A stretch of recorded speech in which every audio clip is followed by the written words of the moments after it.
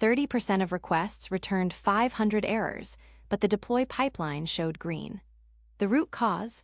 A 40 GB monorepo clone on a 10 GB disk that silently corrupted mid-transfer. Let's break down Git Clone.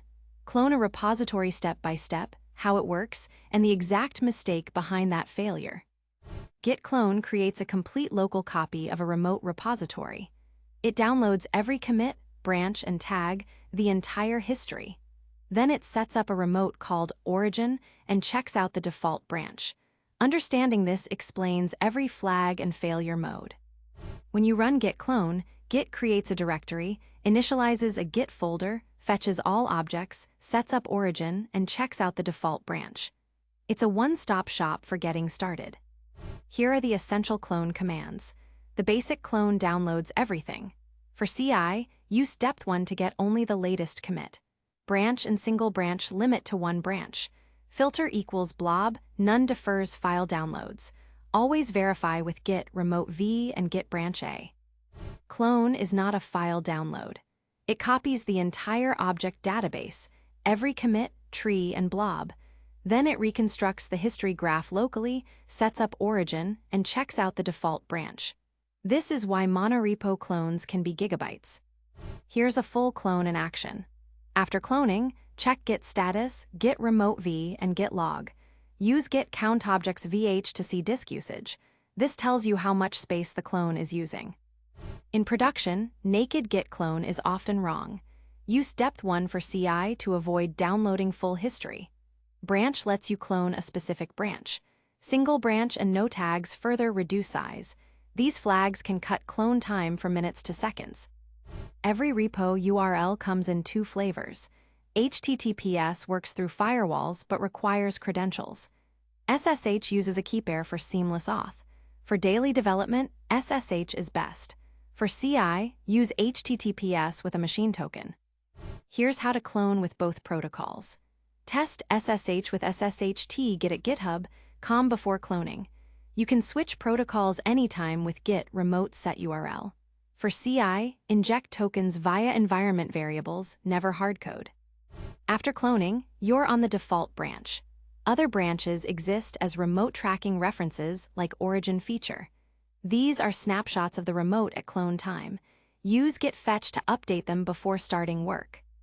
After cloning, orient yourself with git branch a. Check out remote branches directly. Use git fetch to update your view of the remote without merging. Review incoming changes with git log before merging. Before cloning, verify Git is installed, authentication is configured, and you have correct permissions. Most importantly, check disk space with DFH. A monorepo can eat 1030 GB. Don't start without knowing you have room. Run these checks before any clone. Git version confirms Git is installed. SSHT tests SSH connectivity. DFH shows available disk. Git ls remote verifies the URL is reachable without downloading anything. Every platform has its own URL format. Azure uses Git in the path. GitHub uses Git suffix. For self-hosted, use SSH paths. Always test the URL with Git ls remote before a full clone. It's instant and verifies everything. Use Git ls remote to test URL reachability before cloning. It checks authentication, URL correctness, and server availability without downloading history. This saves time and prevents errors. This is the same issue we highlighted at the start. Here's exactly why that happened. The CI server had a 10 GB disk. The monorepo was 40 GB. The clone started downloading objects, but at 9.2 GB the disk filled up. Git's clone failed mid-transfer, but the CI runner swallowed the exit code. The partial clone left a corrupted repository with missing files. The build compiled whatever was present, and the deploy pushed a partial build. The service started, but crashed on 30% of requests. A full clone of a 40 GB monorepo on a 10 GB disk exhausted space mid-transfer, leaving a corrupted repository that silently passed CI. The fix involved multiple layers. First, add a disk space check before clone, DFH. Second, change the clone command to use depth1 single branch no tags, reducing clone size from 40 GB to 200 MB. Third, Add Git FSCK full after clone to detect corruption. Fourth, increase disk to 50 GB as safety margin. Also add set-o pipefill to catch command failures. This is the incident we covered. Without a disk space check, a clone on a full disk silently corrupts the repository.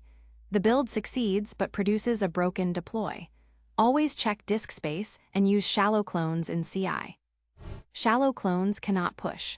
The error "shallow update not allowed" occurs because Git refuses to push from a truncated history. To fix, deepen the clone with git fetch unshallow or reclone without depth. The filter equals blob, none flag requires Git 2.25 or later. Older Git versions will silently ignore the flag or error. Check Git version before relying on this feature in CI or production scripts. The article mentions Git FSCK but doesn't show a concrete CI step. Add this to your pipeline after clone to catch corruption early. It verifies object integrity and connectivity.